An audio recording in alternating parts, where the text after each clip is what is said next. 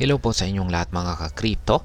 Sa video na ito ay atin pong pag-uusapan ang tungkol dito kay Pi Network, kung saan ay mainit po ang usapan ngayon tungkol dito kay Pi Network Coin dahil sa malapit na deadline ng KYC or Know Your Customer Verification. Ang Pi Network ay isa pong cryptocurrency na matagal nang minimina ng mga users gamit ang kanilang smartphones. Ngayon, patuloy ang pagtaas ng presyo nito habang papalapit ang November 30, ang huling araw para makumpleto ang KYC verification. Ano ang ibig sabihin nito? Ang KYC ay ang susi upang maabot ng Pi Network ang mainnet o ang pagiging ganap na cryptocurrency na pwedeng ipalit sa fiat money o stable coins. Pero paano nga ba naapektuhan nito ang presyo ng Pi Coin? At ano po ang kahalagahan nito para sa atin bilang mga investors? Kaya ayan po ang siyang ating pag-uusapan sa video na ito. Pero bago po tayo magpatuloy ay nais ko lamang po munang bigyang linaw ang aking disclaimer kung saan ang nilalaman po ng video na ito ay hindi po ito isang financial advice. For education and information purposes lamang po ang layunin nito. Ano ang KYC verification at bakit po ito mahalagang tapusin bago ang deadline? Ang KYC verification ay isang proseso para matiyak na ang lahat ng mga users o gumagamit ng Pi Network ay totoong tao at hindi po mga bots. Isa ito sa tatlong kinakailangan bago ang mainnet launch. Kung hindi makukumpleto ng isang pioneer ang KYC, mawawala po ang lahat ng kanilang miniminang coins sa nakaraang 6 na taon. Ang proseso po ng KYC ay parang identity check. Kailangang mag-submit ng mga dokumento tulad po ng ID para ma-validate ang iyong account.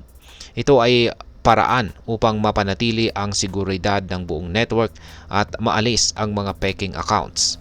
Kaya naman mahalaga na tapusin ito bago ang deadline sa November 30. Ngayon ay bakit po tumaas ang presyo ng Pi Network Coin? Simula nitong nakarang linggo, ang Pi Coin ay umakyat ng mahigit 175% mula po sa pinakamababang presyo nito nitong September. Sa kasalukuyan ito ay nasa $80 at inaasahan pa ang posibilidad na maabot ang dating taas na $100 o higit pa. Marami pong mga factors ang nagtutulak sa presyo nito pataas. Una ay malapit na ang deadline ng KYC. Habang papalapit po ang November 30, dumadami ang interest sa Pi Network. Maraming pioneers ang nagsusumikap na kumplituhin ang KYC para masigurado ang kanilang coins. Ang mataas na demand na ito ang dahilan kung bakit tumataas ang halaga. Pangalawa ay pag-asa po sa mainnet launch.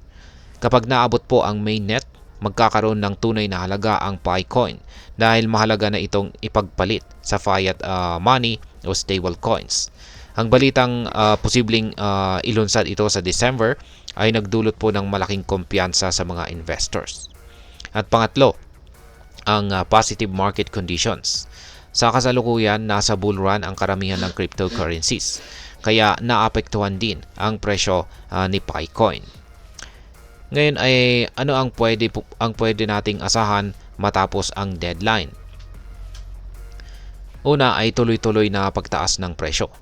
Kung matagumpay po ang KYC rollout at nalinis ang network mula sa mga peking accounts, malaki po ang tsansang umangat pa ang presyo ng Pi Coin. Posibleng umabot po ito sa $100 o higit pa, lalo na kung matutuloy ang mainnet launch. Pangalawa ay ang pagbagsak ng presyo. Kung maraming pioneers ang hindi makukumpleto or makakakumpleto ng kanilang KYC, bababa ang kumpiyansa sa network at maaring bumagsak ang presyo nito sa $45 o baka mas mababa pa. Ngayon ay ano po ang epekto nito para sa atin bilang mga Pinoy investors? Para sa atin na sumusubaybay sa Pi Network, ang mahalaga po ngayon ay siguraduhin kompleto na ang ating KYC verification dyan bago po sumapit ang November 30. Kung hindi ay mawawala ang ating mga mininang coins. Kung matagumpay naman ang proseso at ilalabas ang mainnet, magkakaroon po tayo ng oportunidad na ipalit ang ating Pi coins sa tunay na halaga. Ngayon ay ano naman po ang aking masasabi tungkol dito? Ang Pi Network ay isa po itong promising na crypto project, ngunit nananatili itong speculative. Ang mainnet launch ay malaking hakbang pasulong, ngunit dapat tandaan na maraming factors ang maaring makaapekto sa presyo nito.